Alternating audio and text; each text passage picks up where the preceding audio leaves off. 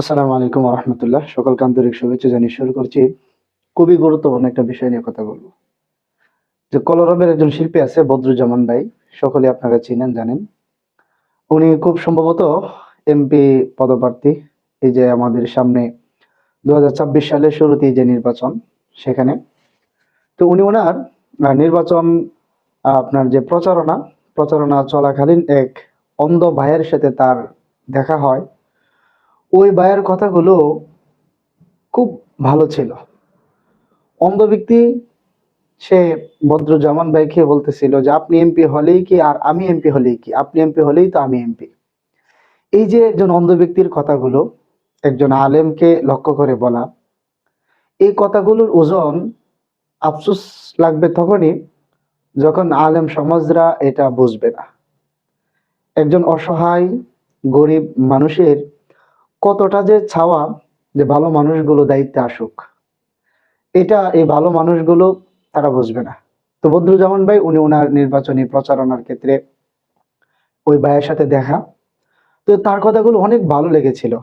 ওই অন্ধ ভাইয়ের কথাগুলো, এই কথাগুলোই একজন ব্যক্তির কথা না। এই কথাগুলো হলো আমাদের দেশের প্রত্যেকটা অন্ধ ব্যক্তি, প্রত্যেকটা গরিব ব্যক্তি, প্রত্যেকটা এতিম ব্যক্তি, প্রত্যেকটা অসহায় মানুষের কথা। এই কথাগুলোর ওজন আলেম সমাজকে বুঝতে হবে।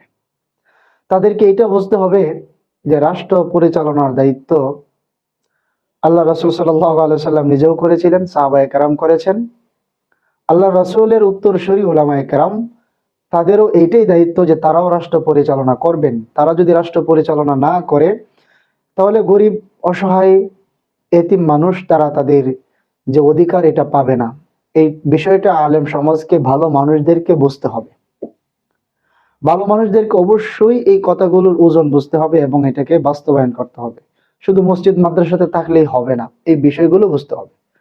তো ওই অন্ধ ভাই বদরুজ্জামান ভাইকে কি বলেছিল, চলুন আমরা একটু দেখে আসি। আমনে এমপি লে তো আমরই আমি এমপি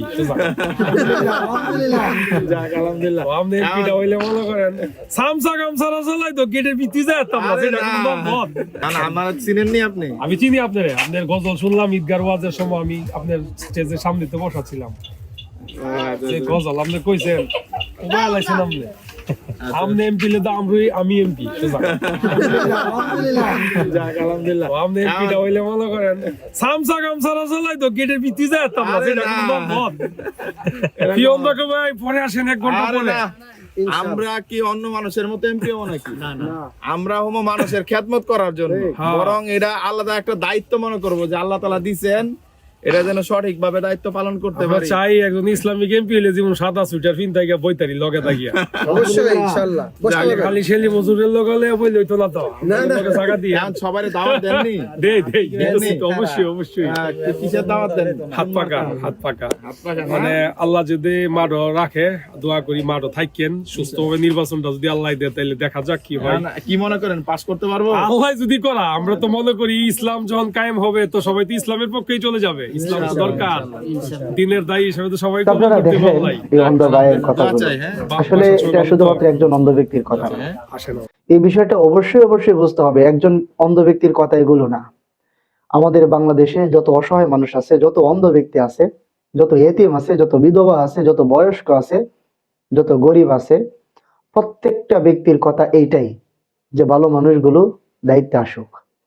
ভালো মানুষগুলো যখন দায়িত্বে আসবে না, তখন তাদেরকে জুলুমের শিকার হতে হবে ভালো মানুষগুলোর কারণেই। কারণ আপনি যখন দায়িত্বে আসবেন না, তখন দায়িত্ব তো কেউ না কেউ নিবে। আমরা যারা কোরআন হাদিস পড়েছি, হাদিস যারা পড়েছি, আমরা কি জানি না আল্লাহ রাসূল সাল্লাল্লাহু আলাইহি সাল্লামের কাছ থেকে সাহাবারা কি দায়িত্ব চেয়ে নেন নাই? কেন নিয়েছিলেন দায়িত্ব চেয়ে? দায়িত্ব চেয়ে ওই সময় নিয়েছিলেন যখন তিনি জানতেন যে আমার চাইতে যোগ্য কোনো ব্যক্তি না, অন্য কোনো ব্যক্তিকে যদি এটা দেওয়া হয় তাহলে সে পরিপূর্ণভাবে দায়িত্ব পালন করতে পারবে না। তো আমাদের এই সমাজেও যারা কোরআন হাদিস, যারা আল্লাহ রাসূল সাল্লাল্লাহু আলাইহি সাল্লামের উত্তরসূরি, তাদের চাইতে যোগ্য আর কোন ব্যক্তি? কে? কোনো ব্যক্তি নাই।